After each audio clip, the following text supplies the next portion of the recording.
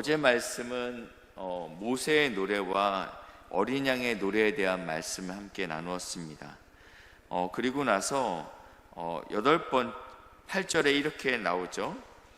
하나님의 영광과 능력으로 말미암아 성전의 연기가 가득 차매 7 천사의 7 재앙이 마치기까지는 성전에 능히 들어갈 자가 없더라.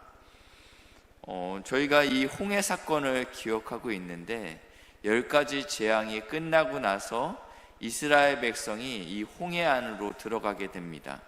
이것은 애굽 쪽에서 봤을 때는 이스라엘 백성이 죽으러 들어가는 것처럼 보이지만 이 가나안 쪽에서 봤을 때는 이스라엘 백성이 그 홍해에서 살아나오는 모습처럼 보인다고 말씀을 드렸습니다. 그들의 현실은 죽는 것처럼 보일지라도 하나님께서 이긴 자라고 표현하고 있다라고 말씀을 드렸는데, 그리고 나서 이제 심판이 일어납니다. 심판이 일어나는데 이 심판 7 재앙이 마치기까지는 성전에 능히 들어갈 자가 없더라. 누구도 이 심판을 막을 자가 없다라는 것입니다. 지금 시작하는 심판은 누구도 간섭할 수 없다라고 시작하면서 7째 대접 심판이 일어나게 됩니다. 16장 1절, 또 내가 들으니 성전에서 큰 음성, 확실한 음성이 들린다. 하나님의 진노의 7 대접을 땅에 쏟으라 라고 표현하고 있는데요, 계시록 13장 6절을 한번 보시면요, 계시록 13장 6절, 짐승이 입을 벌려 하나님을 향하여 비방하되 그의 이름과 그의 장막 곧 하늘에 사는 자들을 비방하더라 라고 표현하고 있습니다. 그것과 대조되는 표현이 있는데 8절입니다. 죽임을 당한 어린 양의 생명책에 창세 이후로 이름이 기록되지 못하고 이 땅에 사는 자들은 다 그 짐승에게 경배하더라. 그러니까 여기서 대조하고 있는 것은 무엇이냐면 하늘에 사는 성도들을 하늘에 사는 자라고 표현하고 있고요, 짐승의 표를 받은 자들을 이 땅에 사는 자들이라고 표현하고 있다라는 것입니다. 다 같이 한 땅에 살고 있지만 누구는 하늘에 사는 자다라는 평가를 듣고 있는 것입니다. 오늘 여기서 땅에 쏟으라라는 것은 이 땅에 있는 짐승의 표를 받은 자를 향해서 이 진노의 잔을 쏟으라라고 말씀하고 있다라는 것입니다. 2절에 가면 좀 더 확실하게 저희가 이해할 수 있습니다. 16장 2절입니다. 첫째 천사가 가서 그 대접을 땅에 쏟음에, 이 땅은 짐승의 표를 받은 자이죠. 설명이 나와 있습니다. 짐승의 표를 받은 사람들과 그 우상에게 경배하는 자들에게 악하고 독한 종기가 나더라. 그러니까 오늘 본문에 나와 있는 이 7 대접의 이 저주는, 이 진노는 우리 성도에게 해당하는 저주가 아닙니다. 이 땅에서 짐승의 표를 받은 자, 우상에게 경배한 자들에게 일어난 진노다라고 분명히 말씀하고 있습니다. 첫 번째 진노는 독한 종기다라고 표현되고 있는데, 이것은 저희가 출애굽의 10가지 재앙 중에 6번째 재앙에 해당됩니다. 하나님께서 이스라엘 백성들에게 이 재앙을 허락하지 않았습니다. 그들이 있던 고센 땅에는 이 저주가 임하지 않았다라는 것입니다. 애굽인들에게 임한 저주이죠. 두 번째입니다. 3절입니다. 둘째 천사가 그 대접을 바다에 쏟음에 바다가 곧 죽은 자의 피같이 되고 또 따라서 모든 생물들이 죽게 됩니다. 바로 이어서 셋째 천사가 그 대접을 강의 물 근원에 쏟음에 피가 되더라. 이것은 물이 피가 되는 저주입니다. 이 저주를 볼 때 저희가 생각나는 사건이 있습니다. 애굽의 저주 중에 첫 번째, 나일강이 피가 되는 저주입니다. 이 저주와 비슷한 성격을 띠고 있습니다.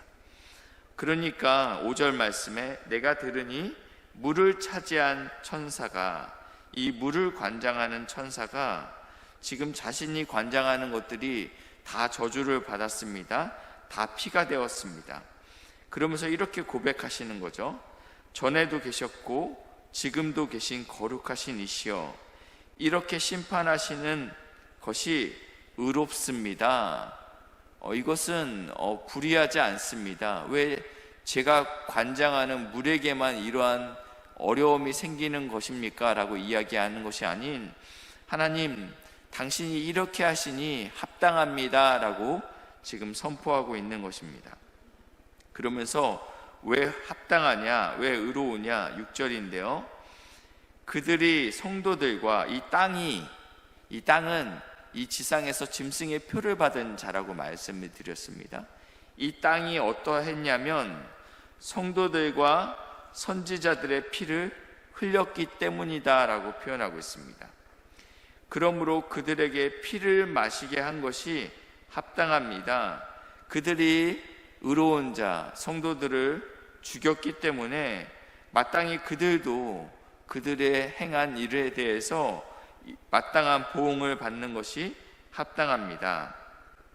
7절, 또 내가 들으니 제단이 말하기를, 이제 저희가 굉장히 많이 반복했기 때문에 이 말씀을 보면 제단이 어떻게 말할 수 있지라고 생각할 수 있지만 6장 9절 말씀입니다. 6장 9절 말씀인데,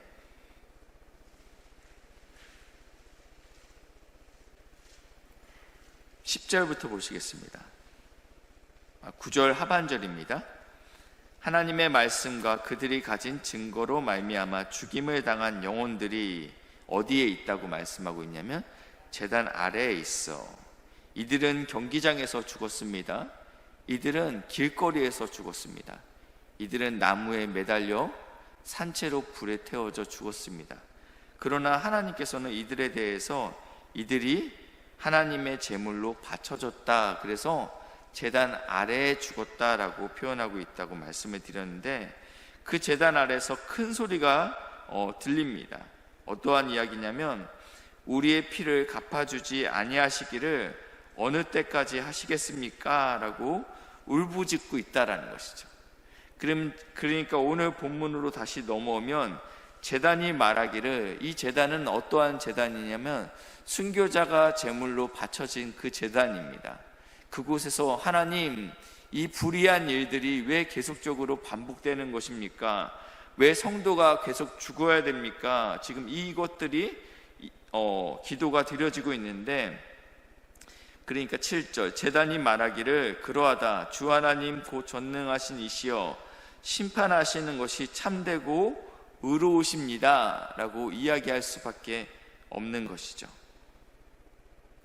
물을 차지한 천사도 자신이 관장하는 물이 이 어려움을 당하는 것을 가지고 하나님, 당신의 심판이 참으로 의로우십니다. 의로운 자의 피가 땅에 가득하기 때문에 이들을 심판하시는 것은 마땅합니다 라고 선포했고, 제단도 마찬가지로 하나님, 당신의 심판이 참으로 의로우십니다 라고 지금 말하고 있는 것입니다. 넷째 천사입니다. 8절인데요.